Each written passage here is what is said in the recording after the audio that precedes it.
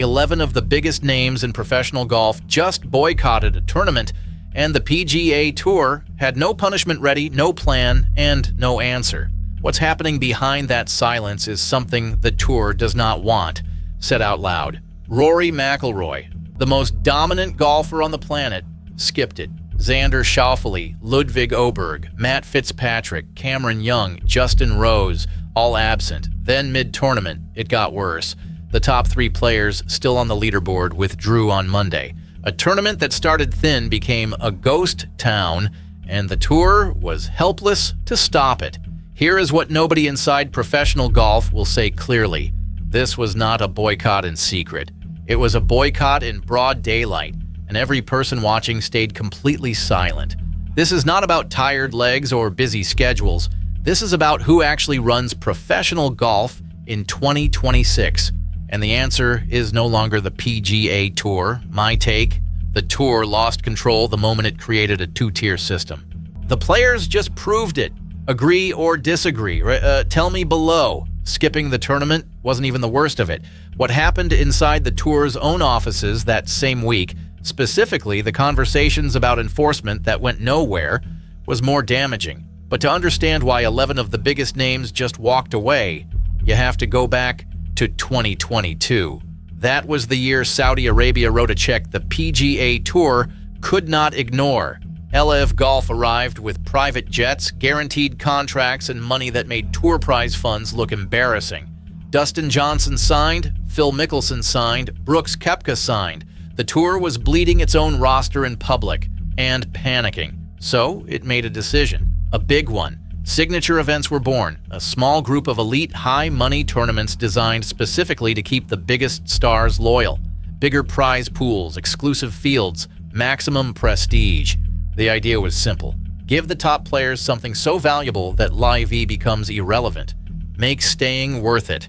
On the surface, it worked. The stars stayed. The Tour stabilized. The crisis appeared solved. Commissioner Jay Monahan stood at a podium and the narrative was clean. The PGA Tour had outmaneuvered the Saudi threat. The institution had survived, but survival came at a hidden cost nobody examined closely enough, because in making 6 events feel unmissable, the Tour accidentally told every elite player on the calendar that everything else was, by definition, missable. Now here is the specific mechanism that broke, and once you see it, you cannot unsee it. The Tour created VIP wards and left the rest of the hospital to run on reputation alone. The CJ Cup Byron Nelson is one of those neglected wards. The 2026 schedule made it worse. Before the Byron Nelson even began, players had already survived a brutal gauntlet. 3 signature events back-to-back, the Masters, and the PGA Championship. 5 of the most demanding weeks in the sport, compressed into a single stretch. Then, the Tour pointed at Texas and said, "Now play here too." McIlroy looked at that schedule and said no. Schauffele said no. Oberg said no. Fitzpatrick said no. Rose said no. Young said no. Then mid-tournament, the top 3 players still standing withdrew on Monday. Shane Lowry and Ryan Gerard, solid professionals, not household names, suddenly became the faces of a tournament that CJ Group paid tens of millions to sponsor. Let that land. A title sponsor who signed a 10-year deal in 2024 watched their event lose its entire top half within days of starting. When players were pressed to explain, what came out of their mouths was not an apology. It was something that made the entire sport stop and look at each other. McIlroy did not hide. He said publicly that playing 4 or 5 weeks in a row at signature event level, the mental and physical grind that comes with it, makes it impossible to perform at the standard he demands of himself.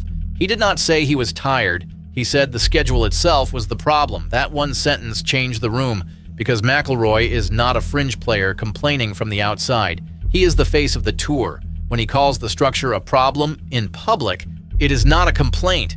It is testimony. Schauffele followed the same logic.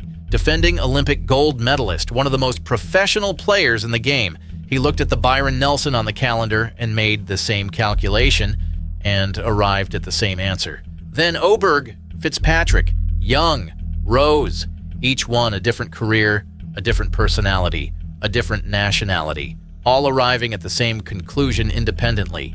When that many elite players make the same decision without coordinating, it is no longer a personal choice. It is a market verdict. The market just told the tour what it thinks of its regular events, and the players know it. But here is what the players do not know yet. The sponsors already made their decision. The CJ Cup Byron Nelson is not just a tournament. It is the single largest charity fundraising event on the entire PGA Tour. Since its inception, it has raised over $143 million for Momentous Institute, a Dallas organization providing mental health services to thousands of children every year. That money does not come from thin air. It comes from ticket sales driven by star power, television deals driven by audience, and sponsor confidence built on the belief that the best players will show up. When 11 players skip, the charity takes the hit. The community takes the hit. The children Momentous Institute serves take the hit. CJ Group signed a 10-year deal in 2024. 1 year in, their event could not hold its own field together. That is not a scheduling inconvenience. That is a sponsorship relationship cracking from the inside, and CJ Group's finance team is watching every withdrawal in real time. $143 million raised for children's mental health services.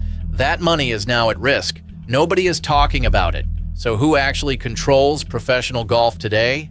The tour controls the rulebook. It controls the calendar and the prize fund structure and the points system and the pathway to the FedEx Cup. On paper, it controls everything. Controlling a rulebook means nothing if the people it depends on have leverage you cannot match.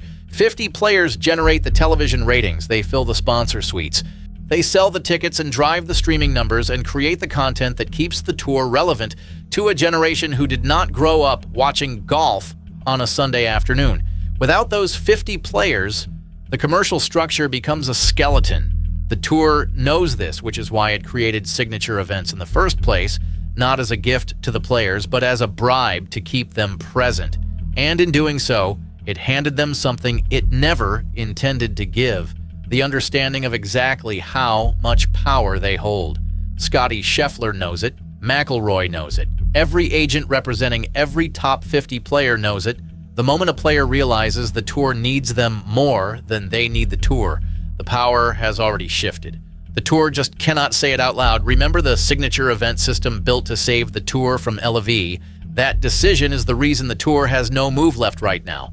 The trap was always pointing inward. Here is what happens if nothing changes. Follow the dominoes. Fewer elite players at regular events means lower ratings. Lower ratings mean weaker advertising revenue. Weaker revenue means broadcasters renegotiate rights deals at a lower price. Lower rights fees mean less money for prize pools. Smaller prize pools make regular events even less attractive to elite players, which means even fewer elite players show up. The tour built signature events to solve the LIV problem.